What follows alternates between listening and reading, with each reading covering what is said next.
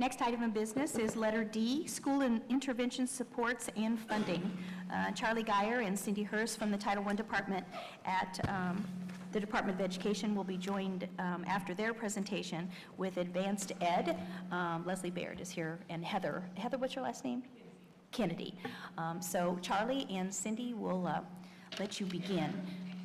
All right, Superintendent Ritz and Chair members, thank you for letting us come and talk to you today about the exciting things that are happening, things we have planned revolving around school improvement, thinking specifically about this year and next year in terms of sustainability and some of the efforts that are currently being done.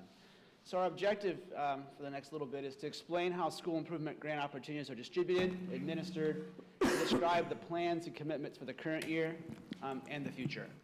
Something to think about that is important to kind of lay the foundation of our discussion here is the cycle of how grants are distributed across the department. So we have and these are federal funds. Yes, correct. Yes, yeah. So Title I, Title III, Title IIA, school improvement grants, all of those. So there's a good amount of planning that takes place, which then leads into grant design. We provide technical assistance to the districts, and then we release the grant. The districts then have an opportunity to write for that grant. Some grants are competitive, some are non-competitive. We receive those grants, we review them, we provide an approval. Then it goes into monitoring and technical assistance where we're working with the grantees, sometimes through web access, sometimes on site, a variety of different ways. And then it goes into a time period where we look at the funding and carryover and reallocation, and that is something that is normal in all grants. And then we go back into the planning for the next year. So right now, we're kind of between that purple and that light green. We're thinking about carryover and reallocation and planning for next year's round of grants. And so the discussion here will be thinking about the planning and thinking about the efforts that we have moving forward. So to talk about each type of grant, to kind of form a foundation, I'm going to have Cindy walk through each of the grants. But are there any questions regarding just the process that we go through? Seeing none, I'll turn it over to Cindy. Thank you. Right, so we are going to talk about different pots of Title I money, and I just want to keep it clear that when we talk about Title I, regardless of where the money is coming, what funding source it's coming from, it is always a school improvement grant. It's about student growth and achievement, and we're focusing on high poverty schools in particular, but where there are concentrated pockets of students who are disadvantaged. So they come from poverty, they are special education students, they are English language learners and minority students. We're going to talk about specifically 4 pots today. We're going to talk about the Title I Part A, which is kind of the big Title I grant. We'll talk about the ARA, the American Recovery and Reinvestment Act money. We'll talk about the 1003 little a and the 1003 little g dollars. What you have in front of you on this slide is just a quick recap of what Part A looked like for the 13-14 school year. The amount of money up there, that $234 million, is what was allocated to schools. We had a total allocation of just over $248,000. The basic million, I'm sorry, thank you, $248 million. The math didn't quite work that way. Thank you for catching that. The rules about how to allocate the Part A funds to schools are very technical, and they are expressed in the statutory language, but it's basically based on census poverty data. That's what the federal government looks at to determine how much money goes to states. That's how we determine how much goes to districts. It's not until funds get to a local level that free and reduced lunch data is looked at. So just to go back to that slide, so we have 990 schools who actually received Title I money. So we have that many Title I designated schools in Indiana. Okay. Right. And so there are some districts where the school may have qualified for Title I, but the district chose not to distribute funds to that school for whatever reason. Which is why oftentimes you see a lot of elementary schools receiving Title I funds and a lot of investment in the RTI framework and things like that, where you don't see quite the investment in high schools that may qualify. Okay. In our next slide, in talking about the ARA funds, the most important bullet here is that there are no additional dollars available. These were awarded to Indiana back in 2009. We had 2 allocations. The first came through our basic Part A. The other, that $51 million, came through G. The $51 million has been used in lots of different ways. It has been used to support 17 of our SIG cohort schools. We'll talk about those in just a moment. It's also helped support TSOs in the past and lead partners.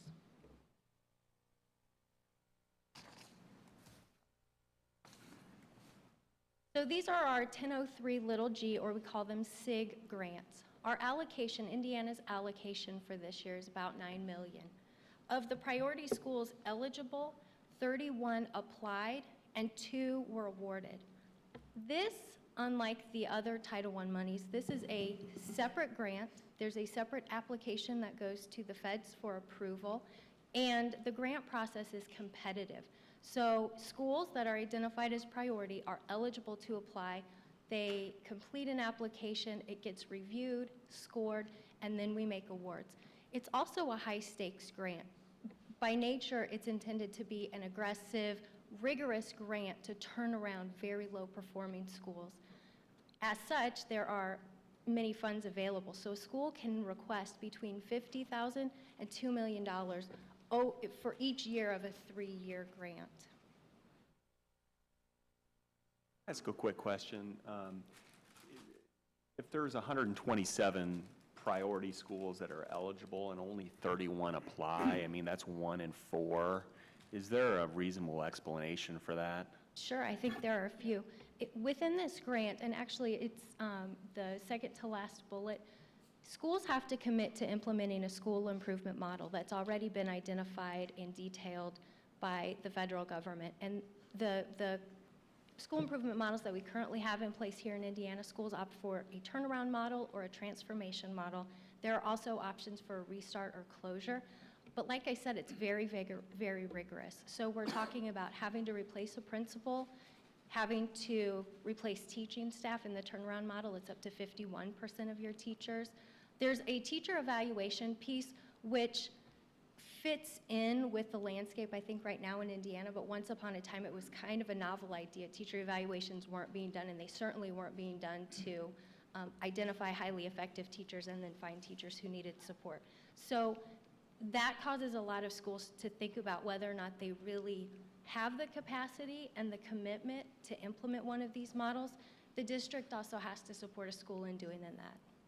Another piece that can be difficult for schools, obviously, is the local union, because they have to be on board if they're going to support the type of work that's going to happen in this particular environment. And so some schools don't do that because of that reason, too. It takes community stake and stakeholder support, for sure. That's something that the U.S. Department of Education is very, they emphasize a lot, is that this is a big investment in this one school. Everybody's got to be behind it. So, obviously, there's a lot of federal money at stake, and the purpose is to improve the schools, correct? Do you have an opinion on whether those numbers are good, bad, no comment? We're happy to have them. I mean, I think that's the answer. There's definitely a need, and this is an investment that needs to be made. Could be used more? Yes. I mean, yes, absolutely. So in terms of good or bad or judging, I don't know. I know that what we're seeing are schools being impacted. We're seeing kids being impacted, and we're seeing schools turn around. So the investment's worthwhile. And to that end, I think we can make more investment if possible. Thanks. Superintendent. Last bullet. Yes, Brad, sorry. And could I ask you, too, to speak up a little bit louder when you talk, or We can do that for you, thanks. Thank you. And I'm getting a ringing, so I don't know if you can hear Yeah, that me back too. there or not, but the feedback loop is loud. One of the questions I had was, and it still goes back to that visit we had when we went to Imadon, and I guess my question is, if they apply for the SIG dollars and they can identify that there are systemic issues such as maybe something between the feeder elementaries going into a middle school receiving the SIG dollars, are they allowed to leverage that funding in a way that assists the elementary schools in a way that's ultimately going to assist them in achieving? Because if they're limited to just putting those SIG dollars into the school and they don't look at that, it seems to me like you're not going to move it forward. Do you understand what I'm saying? So I don't know how the regs work, and I don't know what they're allowed to do or how they study that. Well, these grants, all of these Title I grants are targeted to schools. They have to be Title I schools, and they have to meet whatever the eligibility is of the different grant. So in a case like Imadonin, it would be inappropriate for them to use funds, their funds, in another building, but it would be a creative use of funds to think about how they're transitioning students from their feeder schools in. So that's an allowable activity for them. They just have to think through what that's going to look like. But no, they couldn't just send money to a feeder school for activities. Cindy, can I ask a follow-up? You may. Cindy, is that a requirement in the grant application by any chance? Do you ask them to show how they handle transitions? Because as I'm out visiting, that's one of the things I'm still hearing from them that's a problem that they're facing. Is you have that kind of mobility and you really can't get at it. Is there anything that would prompt them in the grant, for example, to start them thinking about how we might leverage funds in that area? Yes and no. There's not anything specific. You won't see transition, I don't think, specifically in the application. But in thinking through the climate and the culture of the building and thinking about academic success, part of that conversation has to be about what are we doing for a student who walks in our building today? What do they need to know? How do we need to prep them? You know, how do we assign them classes? How do we know what their reading level is? So many schools do address that. And you're right, when we go on site and visit the schools, they often talk to this point, but it's generally wrapped up in the climate, culture, and the academic piece. So a couple other things, I think we can do a lot of that work through our technical assistance as well. So for example, this year we've been offering basically grant writing tutorials with schools. So we've met them out in the field and we've had great turnout, so they've come to discuss their ideas and we question them to make them think deeper. Sometimes these issues come up, and so we can start thinking about how you can use these funds creatively and appropriately to maybe address some of those needs. We've done phone calls as well, have open phone calls and have a large participation in that. And we're also rated as the best SIG-G application in the country by the SBOE this year, which we're very proud of. And a big piece of that was building in a sustainability piece, because it is a 3-year grant and then the dollars are finished. So what are schools thinking about to continue those efforts and those reforms beyond the 3-year SIG-G? And so we got great remarks from that, and some of the work in terms of sustainability is thinking about transition too.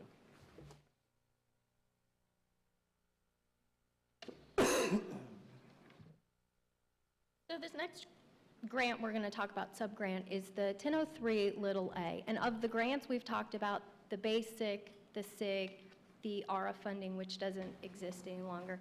This is where the state has the most flexibility to determine how we can allocate these funds to schools.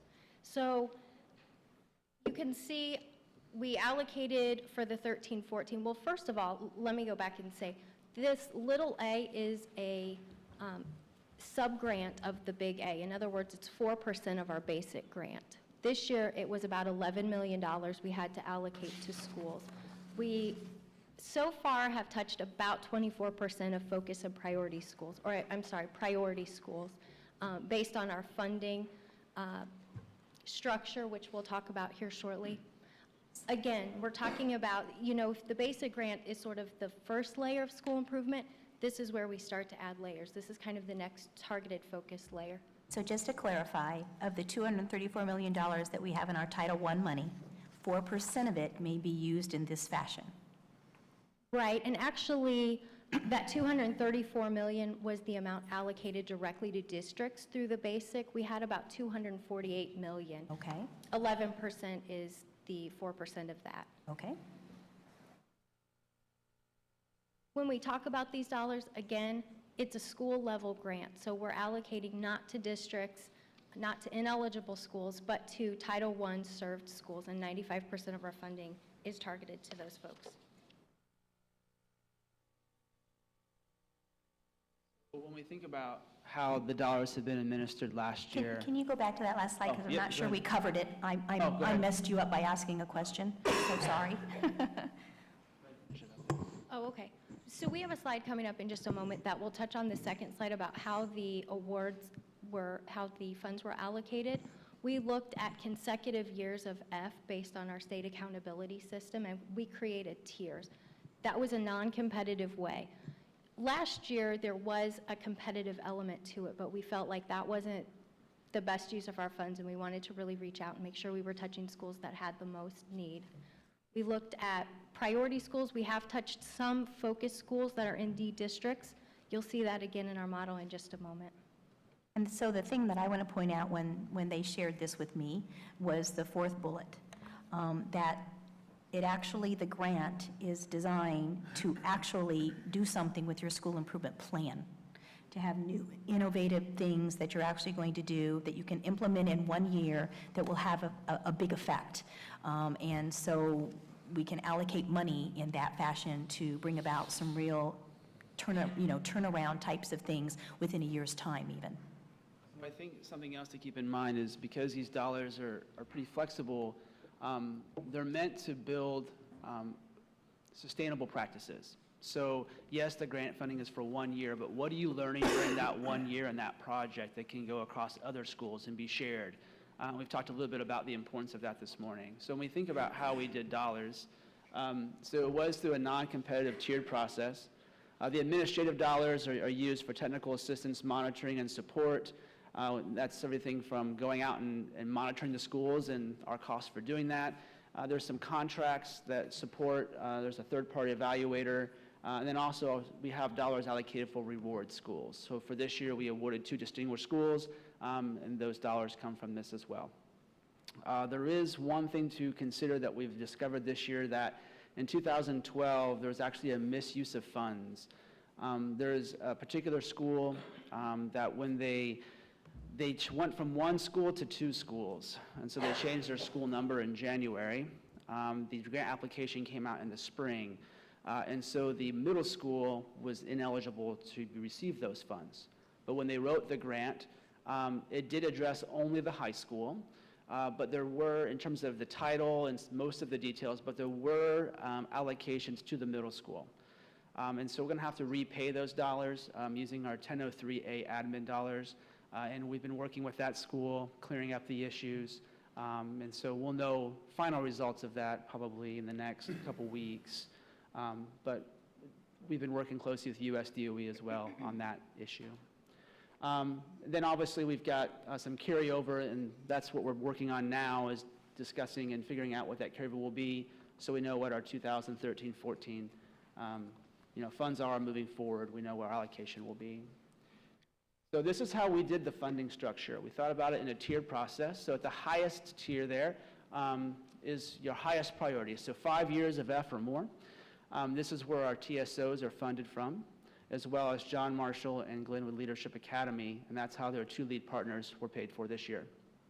The next priority would be 4 years of F rating. We had 5 schools totaling around $1 million of allocation. Most of those schools received around $250,000-ish for their plan and their work. The high priority was 3 years of F rating. There were 7 schools totaling $420,000. We had, and that was kind of where we stopped. And then moving forward, we had to think of carryover and reallocation. And so we thought of a way for us to serve more schools.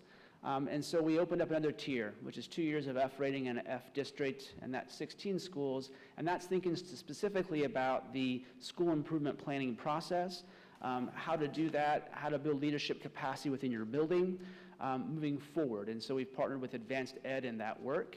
And so we've got 16 schools that will be participating in that tier, and then additional tier has been opened for the remaining dollars, and that actually closes today at close of business.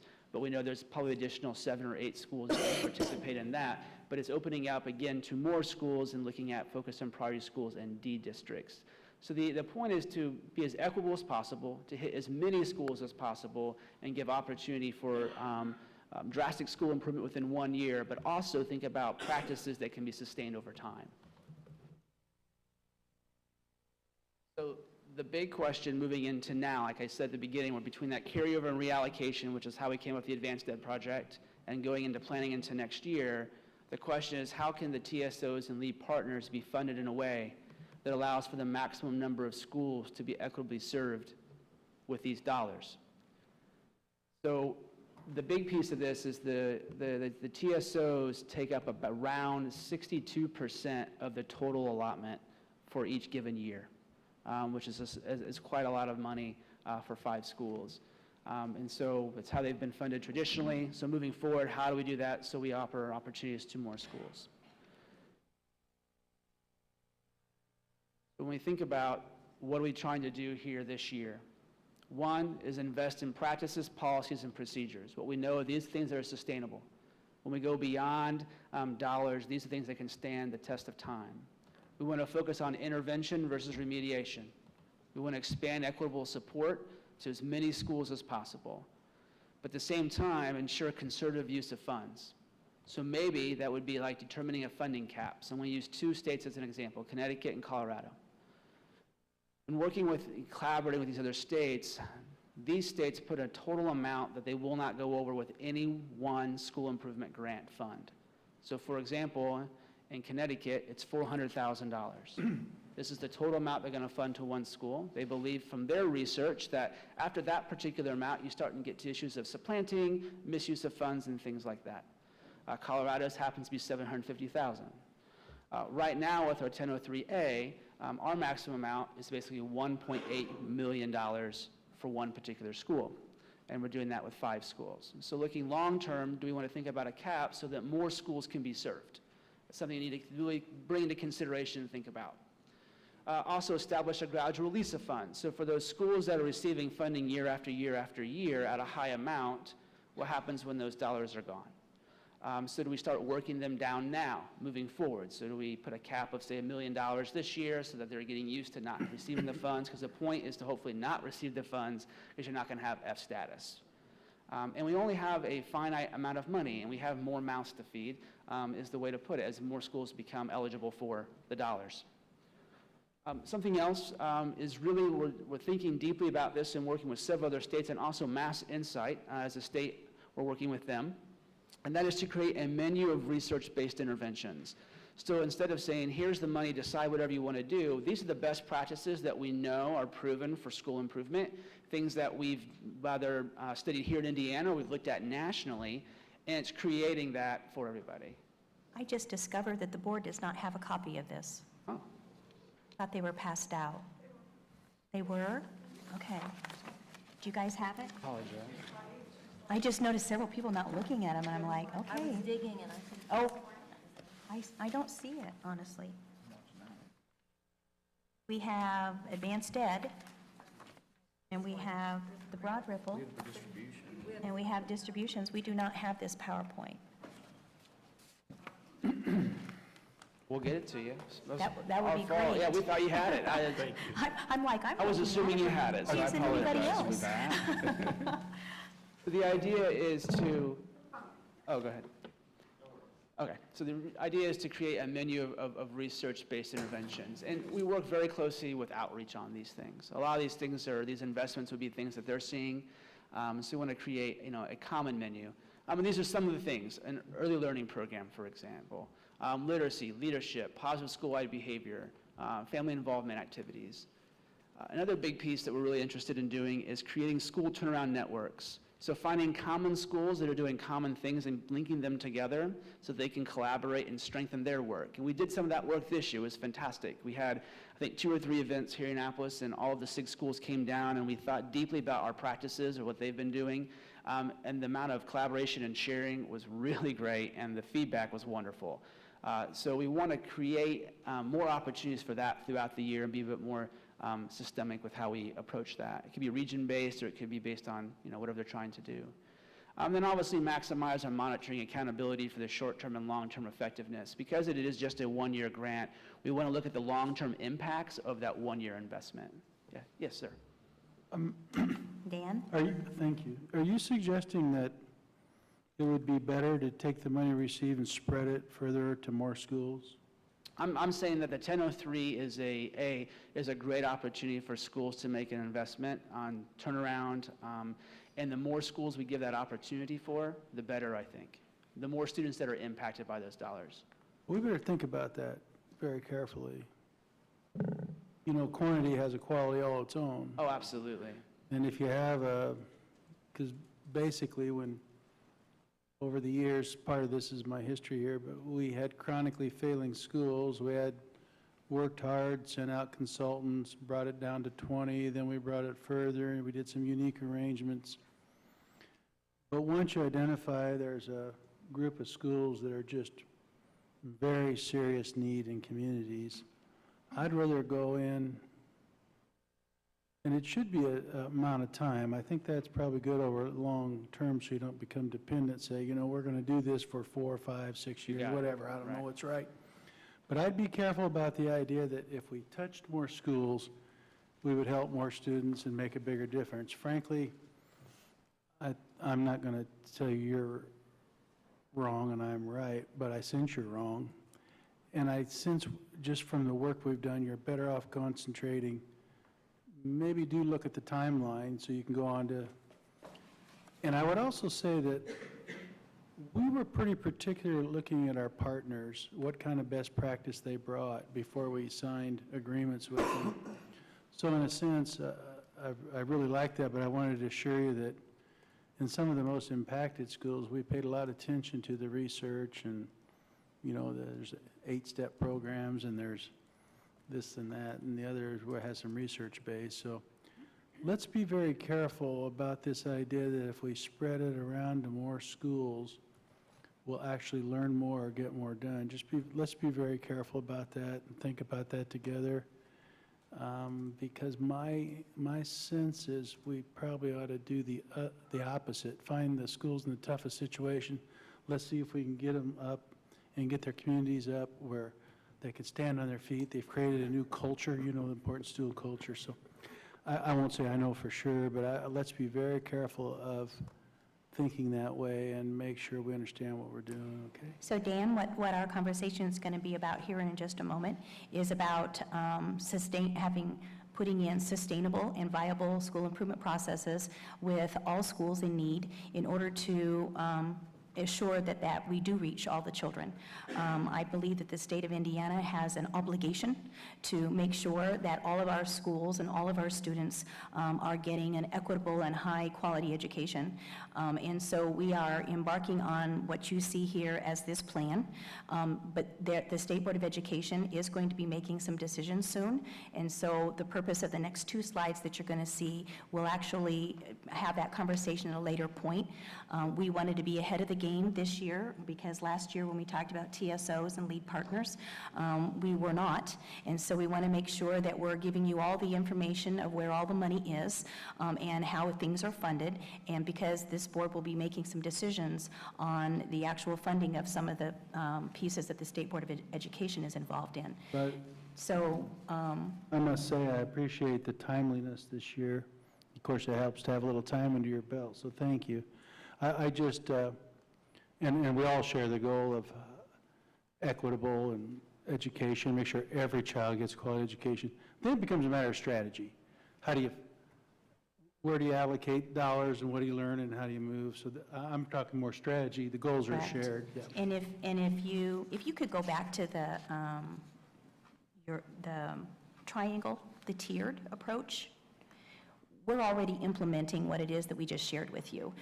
The plan that we've got in place is already being implemented, and we have put caps already on dollar amounts that go out to schools. We have already gradually released funds, and if they get awarded it more than 1 year, we are making sure that they know that this is going to be a lesser amount, and we want to see sustainability.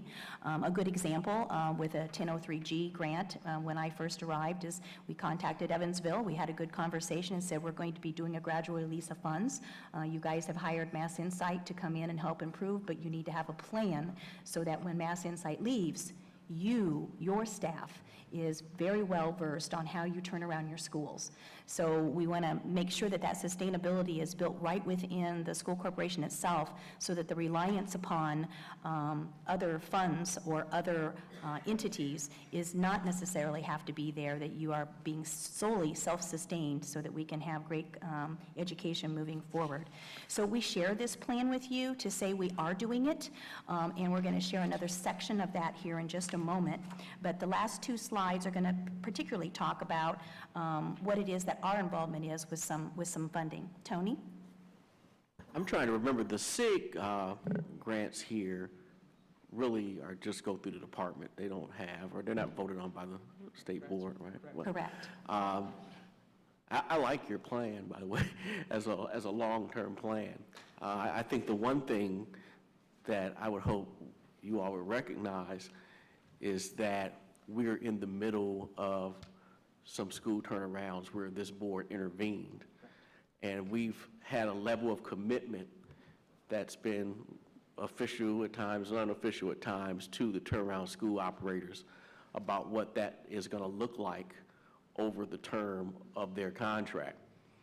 And I know from last year and the previous years that they've been depending upon certain levels of funding in order to try to be successful in those endeavors.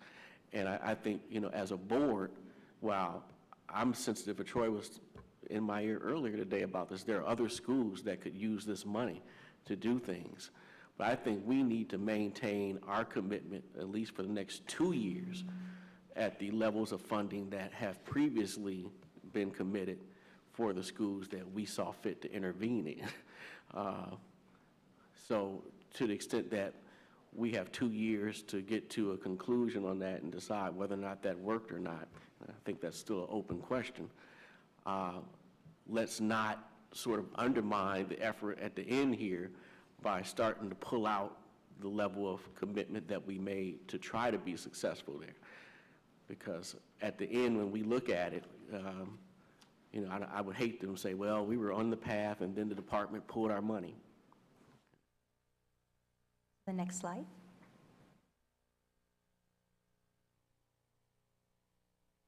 So this is what we're projecting we will have available for the 14-15 school year from our Title I basic and then what our 1003 little a school improvement would be. Our preliminary allocation from the feds is just over $259 million. If we use 4% for that, it's about $10,000, which would include 1% for administrative costs. Carryover then won't be available. Like Charlie explained in the first slide, we won't know that until probably November, December, or January. Yes, Brad? How does the middle number, the $10 million, how does that account for schools that are not there yet but could end up requiring some assistance? Like, are we able to reserve a portion of that? Coming up in the next slide. Thank you very much. You were good at that today, Brad. Sorry. Wheels are turning there. I suspect we'll have others. So that would come into our considerations, looking at that $10 million and how do we allocate that to meet all of the needs. It may not be spreading it thin. I think that's not what we're trying to do. We're trying to make the right investment in the right school. And so, currently we have 5 TSOs that are allocated right around 61 and 62% available funds. We have 4 additional schools that have been identified for funding that will be in that highest priority tier. And so last year we gave a minimum of $500,000 to those schools. Well, we're getting 2 more schools that are going to move into that tier.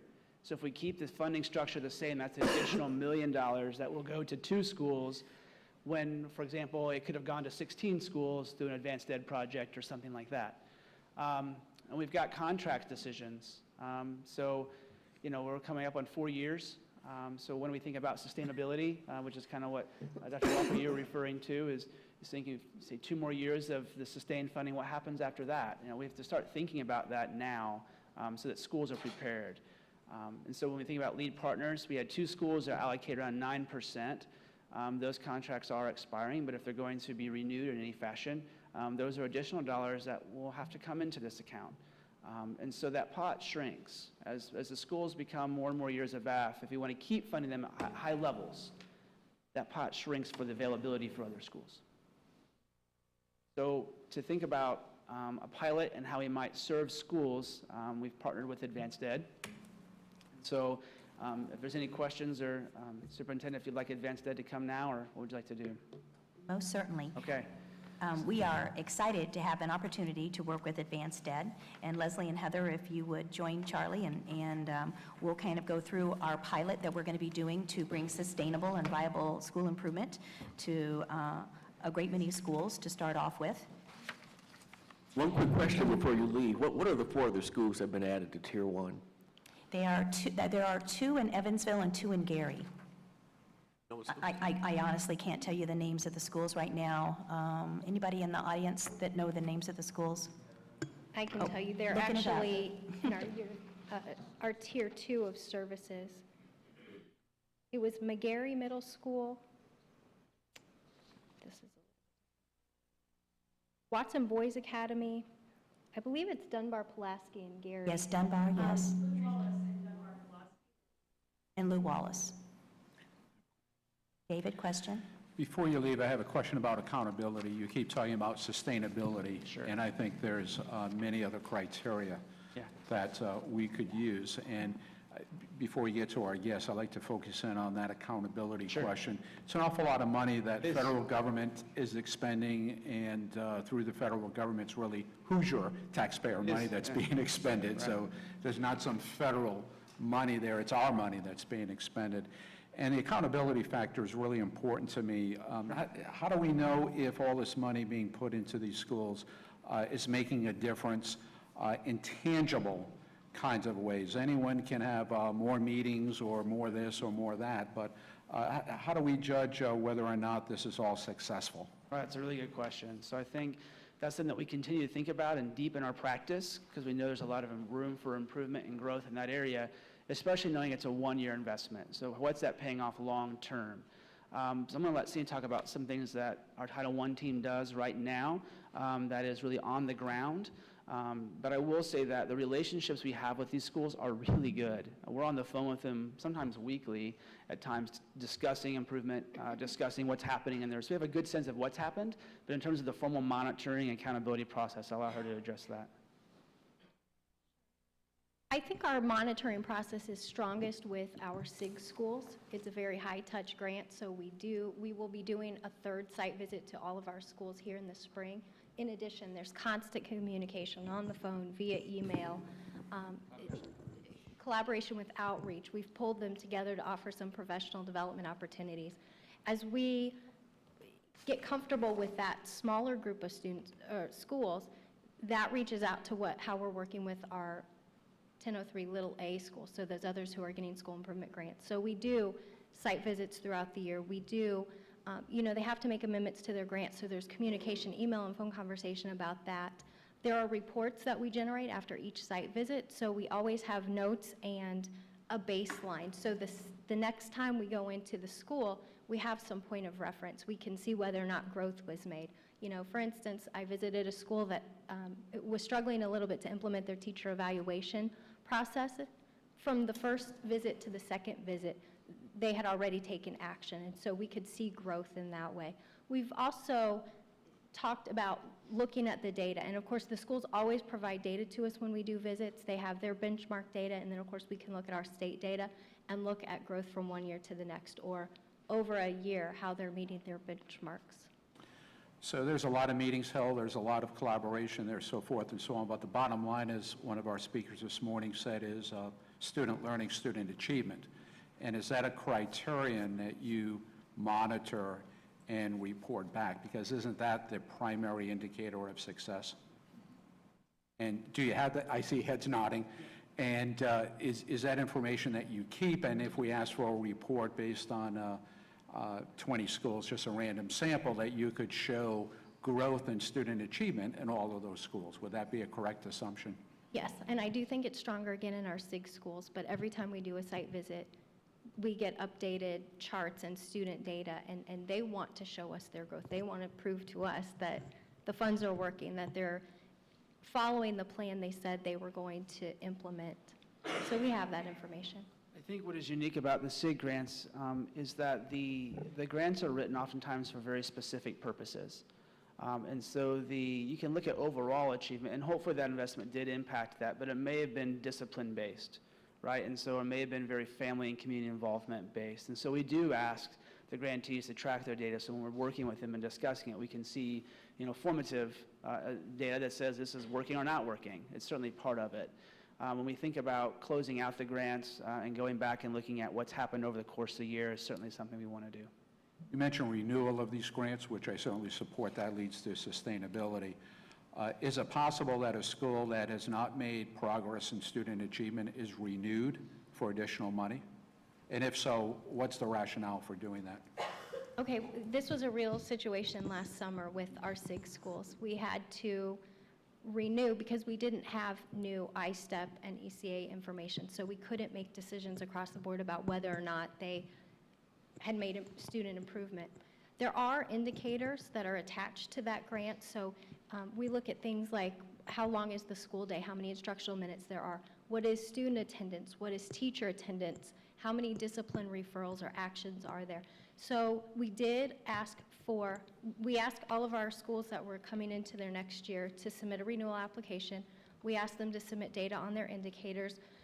There was an implementation, kind of a self-assessment chart, so we asked for that kind of information that helped us when we went into our first school visit to kind of understand where they thought they were. And then when the data did come in, we did ask for that. And we had that, I think, by our first visit in the fall. Yes, Dan? Is it clear in the letter of granting how, very specifically how this, under what conditions this could be renewed, performance conditions? So in other words, is it explicit, you know, if we schedule a meeting, you know, you could put all sorts of performance. We want you to be there, we want you to have the materials. Is it explicitly clear to folks you have to perform to be eligible for a school improvement grant again the next year?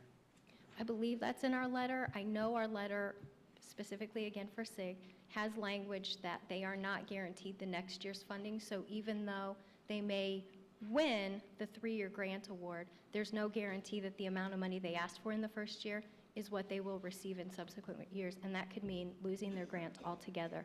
For our other grants, they're 1 year, so that language exists too, that it's only for a year. Okay. So the one-year grants are looked at differently than the 3-year grants. And I would just encourage you, given the nature of your presentation, it's very good. I would like, instead of implicit, to be real explicit about some performance. That always helps people.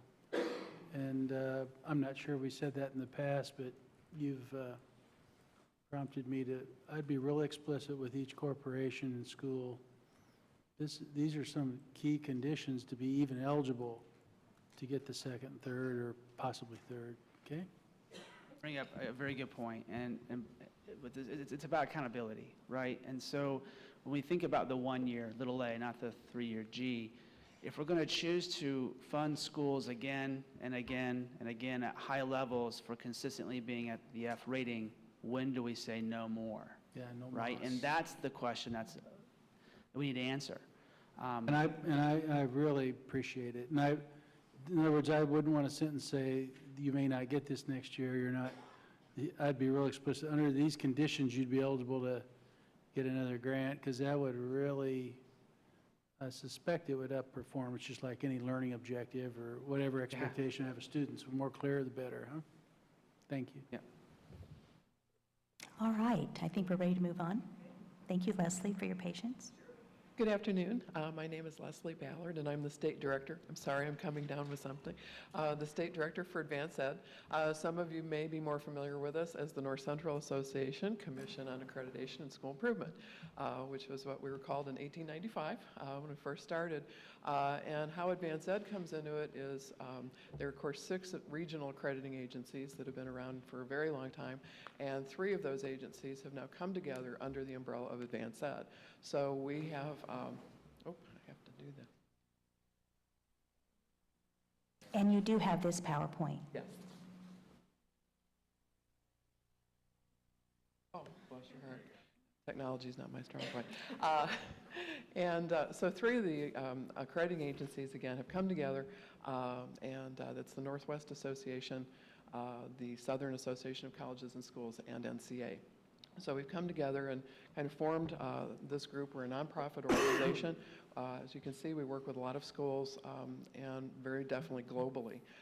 Heather will speak later on to the specifics about our other state partnerships. But that's just kind of a look at who we are and the schools that we accredit. We've always been unique in that we combine accreditation services also with continuous improvement. And in fact, with the new process, what we're finding is, and our schools are beginning to realize in our districts, that the accreditation process has become their continuous improvement process. So they're not in 2 separate drawers. By using the accreditation process, that's how they get better. We first began accrediting schools in Indiana in 1905, We're very proud of that. We currently serve about 800 schools in Indiana and over 50 districts, because we have 2 levels of accreditation. We have school-based accreditation, and then we have systems accreditation, which is a K-12 approach to that, which is very popular throughout our network. We, of course, are one of the state board recognizes us as one of the recognized accrediting agencies, and also we were approved as one of the improvement models for Public Law 221. In fact, before the state of Indiana began accrediting schools, we were asked to become the accrediting agency for the state, and the state director at the time kind of declined that. So we've always had a very, very strong relationship with the Department of Education, trying to work together to ensure that our schools have the absolute best educational experience they possibly can. Do you have an estimate of how many schools you serve in Indiana currently? About 800. 800. Yeah, roughly So currently 800 you're with working with 800 and schools. then and 52, I think it was 52, in fact, in district accreditation. So one of the things that we really push is several terms, and you see these throughout our standards, which I'll speak to in a moment, but systematic, okay? We need processes in place. We can't just say, uh-oh, something's due, so we have to do it. We have to have those processes embedded in how we act on a daily basis. We also have to be systemic. I know that's not a popular word in some places, but we don't want to see, and you'll see in our standards the use of the word all. It's because we do not want to see pockets of excellence. We want to see excellence everywhere. We don't want to have situations and which principals are familiar with where you get that phone call, I don't want my child in so-and-so's class. We want to make sure that that doesn't happen in our schools. Those 2 things really have to be in place in order for any sustainability to take root. They have to have embedded processes throughout in order for us to sustain those efforts, because the only sustainability, improvement is only as good as long as it lasts. And we've often seen that as soon as someone leaves, everything falls apart, and we can't afford that for the sake of the children in those buildings. Okay. From kind of a high-level viewpoint here of what our process looks like, and our process has morphed a great deal over the years. I know that some people still think of accrediting agencies coming in and counting ceiling tiles and the number of books in the library, and we're very pleased because Advanced Ed has long gotten away from that. Our standards are based on the highly effective schools research. So what our standards committee did was spend almost 2 years looking at what is it that the very best schools across the country, regardless of their demographics, what are their common practices around leadership, around teaching and assessing for learning, around using results for continuous improvement. So this is what our standards are based on. So when we ask our schools to to see, okay, where are you on this continuum, they're benchmarking themselves not against someone's opinion, but on the solid research that's out there on what highly effective schools do. We're very proud of those. They also include and they address the turnaround principles that I know are very important, and they also I think provide the framework for continuous improvement, because schools can use those tools. They can continually, let's say they're at a 2 level on this teaching standard, they can see very clearly with the rubric they're provided, this is what specifically we need to do to get to a 3. So one of our goals is kind of teaching our schools how to do that, so they don't always need someone else to teach them how to do that. They get to the point where they can recognize exactly how they need to improve and where specifically those improvements need to come. We also, those standards also are all around organizational effectiveness, because what we find is we have separated student performance and student learning from how effectively we operate as adults in a building, and we can't do that. Okay, we can't look at only an A through F. We have to look at the story behind that, because that data does not exist in a vacuum. So this is what our standards address, are the causes for why that performance looks the way it does within the parameters of what the school can do.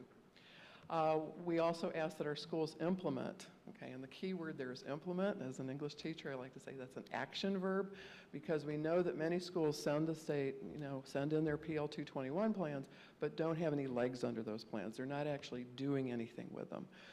So part of our insistence is when we come in to do a review, what actions have you taken? Show us the data. Show us that what you have done has made a difference in how students are learning. We ask our schools, they have to engage in an internal review We want them to look at themselves, warts and all. Okay? We tell them it's no good looking ahead if you don't know exactly where you are, and taking a look very honestly. And we hear a lot of excuses and this, that, and the other, so we're pulling them back and saying, do your teachers, have clear learning objectives that they share with their students? Do they use exemplars and so forth? So we get very specific about what that needs to look like. So the standard self-assessment asks those schools on a 1 through 4 scale to rate themselves. It's very interesting. We hear repeatedly that the conversation that they have is crucial. This also involves all the stakeholders. We want all the teachers involved, all the staff involved in really taking a look at what practice looks like in their school.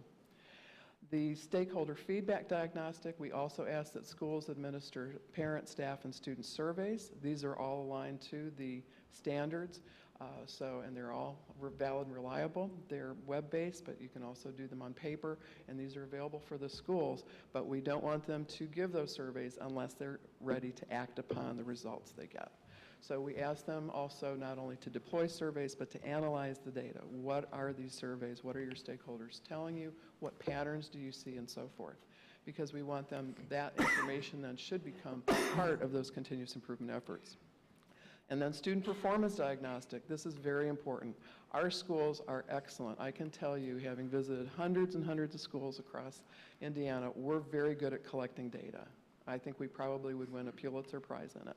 But in terms of using that data to change the way we teach and to change the way students learn, we are not there yet. I will tell you that quite honestly. So we ask schools to dig into that data, to do some root cause analysis, and not just to buy a program because it sounds good, the salesman was nice, or it works someplace else, but instead find out why is it that your students are not performing at the level that you want them to perform, and find a strategy then that's going to truly address that. So really digging into, again, how they're operating, what their stakeholders believe about them in terms of their effectiveness, and also their student performance. These are the really core pieces. Missing from this slide is the next step, of course, is an external review. And in the work that we'll be doing with the schools in the option A part of the grant that we'll be talking about, they will have a diagnostic review. The schools will always have an external review. They've looked at themselves. Now they're going to have outsiders. They're going to have professional colleagues come in and verify that, yes, that indeed is where you are, but also to provide them with feedback. And what I'm very excited about in the last 2 years is our schools and districts are saying, this is not the end of the process now. This has become the beginning, because the feedback that they're given is helping to focus and guide their work for the next 5 years. Too often, schools have so many things they need to fix that they don't fix anything. They're almost paralyzed because they're overwhelmed by how much needs to be done. So our goal is to try to focus that and look at what are the most critical things and prioritize that so that they can indeed move forward. 2 years after, in some cases 1 year, it depends on the school, we require that then they give us a progress report. How did you do? We left you with some really good advice here, but direction, some guidance. How have you acted? What have you done? And what has the impact been actually on the school? So there is that little accountability piece there as well, because we did find that after the reviews, the school would big sigh of relief after we left and say, go back to business as usual the following Monday. It's like, okay, we're giving you guidance here. We expect that you're going to be responsible and act on So that. Leslie, you are doing a great job, but we're going to have a time crunch here. Okay, I'm So done with we that. we can move ahead a little quick and, and move That was on. a long one. Thank you so Heather much. Kinsey, who's the Vice President of Development. Thank you. Great. Thank you for allowing us to be here today. In the role that I play with AdvanceSet, I have an opportunity to work with state departments of education, ministries of education. Actually spent 12 years at a state department of education myself in the very role that these folks play here. I want to share a little bit about the work that AdvanceSet is doing with our state partners. I want to share with you some of the tools that we have, one being our Assist platform and the role that that plays in the work that we do and the opportunities it presents for schools and districts.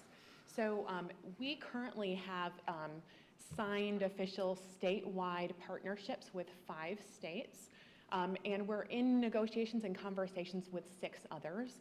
I want to share a little bit about what that state partnership looks like. So Leslie talked a little bit about our process and our standards. In addition to that work, as state departments learned about the work that we're doing, how it really is a comprehensive, continuous improvement process, and we're already working with a number of schools and districts in the states, state departments of education started to ask, how can we possibly use this process and embed some of the state and federal and accountability requirements into this to drive continuous improvement and use the capacity that Advance Ed has to help do this and the great tools to help us do this in a more cost-effective and sustainable way. So in some of our states, one being Kentucky, we're implementing diagnostic reviews. Those diagnostic reviews are, like Leslie said, is an in-depth assessment of what's happening in those schools that result in improvement priorities and required action. So things those schools must address within a very specific time frame, and all of it is linked back to things like the turnaround principles. So we work with the state to say, what exactly should this framework look like? What exactly should the results look like? What should the report look like that goes back to these schools? And what is the requirement for them to follow up and ensure that they are changing the practice that is happening in those schools? Leadership assessments, state departments of education are required to assess the capacity of leaderships at the school and the district level in some of those lowest performing schools. So we have a proven process that we're going in states like Kentucky, and we're getting ready to implement in Alabama, in Michigan, North Dakota as well, where we go in on behalf of the State Department of Education with highly trained, certified lead evaluators and team members and go in and do that in-depth assessment of the leadership and provide a recommendation back to the State Department as to whether or not the leadership has the capacity to not only turn around the school but sustain that improvement.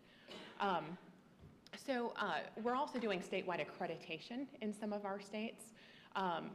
Low-performing schools interventions oversight. I'm going to get into the actual framework. I want to show you some of the actual screenshots and the tools that we're using, and I'll address some of these other things as we talk through that. That would be great. I don't have the great. So assist. A lot of the work that we're doing in state departments of education is focused around this platform. It's a diagnostic and improvement platform. I often say, and I'm not sure that I should, when I came to Advance Ed about 5 years ago, we looked at what's happening, all the data systems that are out there. But we wanted to create like TurboTax for school improvement, like give schools and districts something that's going to guide them through this process. Make sure they're asking the right questions at the right time. Make sure they have access to the right data. And so that is what we've built in the Assist platform.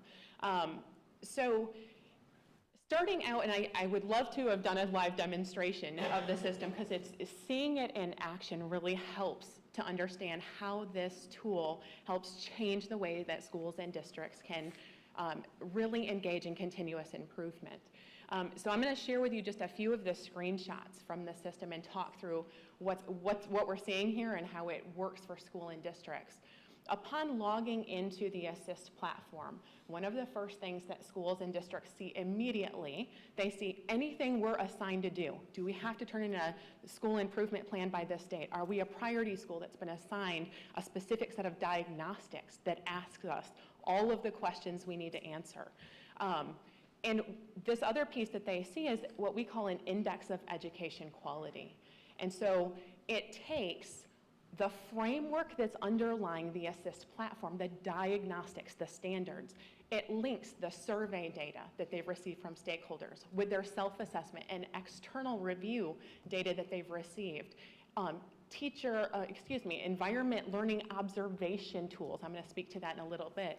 But it links all of that behind the scenes back to a framework that gives them an index of education quality that really looks holistically at your institution.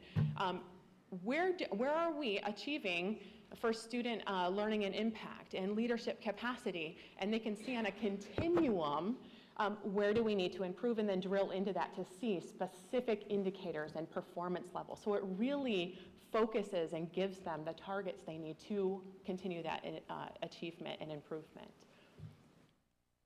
So this is actually, so if we were to get into the actual kind of next screen, the landing page in Assist, this is the way the Assist platform is laid out. There's a series of tabs across the top. This is where a school would see, for the purposes of accreditation, we have over 32,000 schools and school systems around the world that are using this Assist platform. Several of the state departments are actually working with us to align and embed their unique content, their unique requirements, instead of requiring schools to duplicate effort in order to turn in a plan to meet Title I requirements and then a separate one for special education and something for accreditation. They're able to do the work one time and then select and pick from those, package them together, and submit them seamlessly in a single system, all based on a set of diagnostic tools and data that is really guiding them through the process of asking the right questions and documenting the answers so that we can get to a point where, in the states where we're currently working, they can pull reports that say, of our lowest performing schools and districts in the state, let's match those with a school that is high performing with similar demographics, that was struggling 2 years ago with something similar. What strategies and activities did they implement? How do we know that they were effective? What is the data showing us? And finally give us an opportunity to start making those connections, and then through the Assist platform, guide that school down a path where they will implement some of those same strategies and then continuously assess to make sure that they are effective and working. So on the next slide, if you don't mind, we're just going to have to move along here. So sorry. Absolutely. So on the next slide, you can see that we're going to be able to quantify, literally, the school improvement pieces that the schools will begin to implement. And you can drill down and find all your information and make sure that that's happening. And I'll let you go on to the next slide and just briefly tell us what it is that they're seeing. Sure. So Assist has a series of tools that are intended to build the capacity of schools and districts. So this is an example of our goal builder in the system. It actually goes through a series of questions to ask schools to identify what target population needs to achieve what, by when, as measured by what, and this Assist then takes that data, frames their measurable objective, but we now have the data behind the scenes so that as they attach their research-based best practices, their strategies, their activities, and they start to track the progress, we can actually get back to, in the system, school A that was a low-performing school, struggled in 3rd grade with economically disadvantaged students, implemented this, and in 2 years they saw these results. We can now connect that. We have the data in a way that's meaningful. So this is just one example. We have a classroom observation tool that is a formative observation tool. The first that we have seen, it has been incredibly well received. It actually looks at the learning environment from the lens of the student. So all of our teams are highly trained in this tool, and they go out and they actually look at learning environments from the perspective of the student to provide formative data back to teachers and educators and principals on what's happening in the classroom. It is just one of the tools. This screen here is just an example of what we call our evidence matrix. So you'll see the standards along the side there. It actually takes all of the tools in the system, the diagnostics, the surveys, the learning observation tools, and you'll see the 4, 3, 2, 1. That may be a school's done a self-assessment. They rate themselves a 4. Based on our performance indicators, we think we're doing great. But the external review team may come in and they say, actually, we think you're a 3, and your survey data is aligned to the same thing, and your surveys may say, your parents actually think you're a 1 here. This is something, it helps us really triangulate that data without having to do it on our own in spreadsheets offline. So in our first round of pilots, what we're really going to be doing is the schools are going to have this type of information, and we're going to be able to actually do the external monitoring. So we're going to have more people on the ground working with advanced ed who are highly trained in what school improvement and turnaround pieces are going to be to assist those lowest performing schools in actually making an an impact on what they have. So it's not just a self-assessment, it's actually going to be an external monitoring as well. And then this is just an example from that as an external review team. So during the pilot, when those teams go in and they look at that data side by side and they say, so for indicator 2.1, this is an area that the school needs to improve, and we have some very specific actions that need to be taken here. And so this is an example of, from that evidence matrix, the system facilitates the team being able to assign actions for those schools against those specific standards and indicators. And then that in turn feeds into, for the schools, they can log into the system and they can see, you need to submit a progress report by this date to address these specific actions. And they can do that by going back into build their plan in the system that's linked back to those indicators. Again, creating a set of data that's very useful. And this slide just shows an example that one of the great things about Assist is all of the data and information and the work that's done by schools and districts. The Assist platform is designed to, in the click of a button, create things like those improvement plans that sometimes take hours and hours and hours creating in Word and Excel. The system creates all of those reports for you based on the data that you've put into the system. That all in mind, using the 1003 little a dollars and looking at carryover and reallocation and planning, we were able to open up another tier of schools to serve. And so we opened up the opportunity to schools to participate if they'd like to. Once again, it was non-competitive, but the school had to choose to do it. And so we've done 2 rounds. We're expecting around 25 different schools in Indiana will participate in this particular pilot. Roughly, I think there's 14 of them that are doing option A, which is a bit more robust, that has the external review that comes in and works and gives that information. Option B includes the assist and consulting services with advanced ed.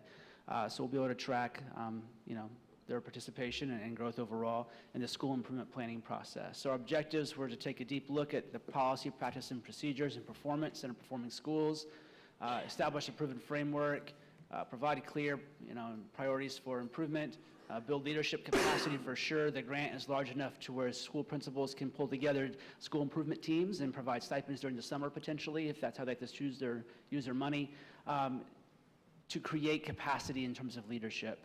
We'll support them with oversight and monitoring. We'll have a third-party evaluator as well come in that will do the final review of the pilot project. And with that, the schools are required to do school improvement plans anyhow. Right. They're going to do it through this format so that we have the same data and the same template to be able to look at the needs of the schools, to be able to share that information, to be able to network that information, and be able to have some real robust data, as you said, accountability. So we are really invested in making sure that we're having good, sustainable school improvement. What does that look like? And we're excited. We put this out originally. We wanted to target perhaps what we would call an entire school district that might be rated an F, or an entire school district that might be rated a D. So we were very intentional in how we put out some information.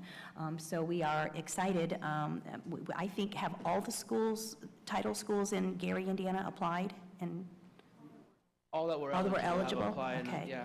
And so we are excited about that. I know that Dr. Pruitt is very excited because we're going to be able to look at the same data in all of their schools and see what their school improvement pieces are in each one, and get some things in place that teachers feel are going to make a big difference. Educators are going to feel are going to really impact their school improvement.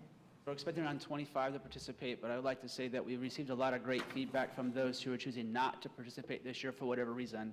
They're interested, they're excited about this opportunity. This year was not the year for them for a variety of reasons. So we received positive feedback all the way around, and that's been a nice reception. Our funds did need to be expended by September. 30th. Right, and so some school districts chose not to start that here in the spring and through the summer, where others said, yes, we want to get on board right now.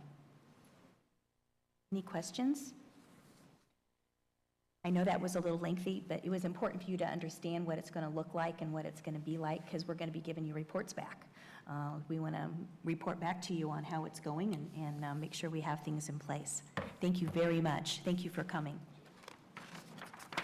Our next item on the agenda is standards and review update. And I know Danielle and Molly, that's very brief.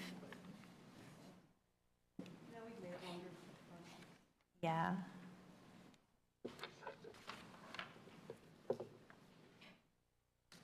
I feel like you guys need a stretch break. Everybody's.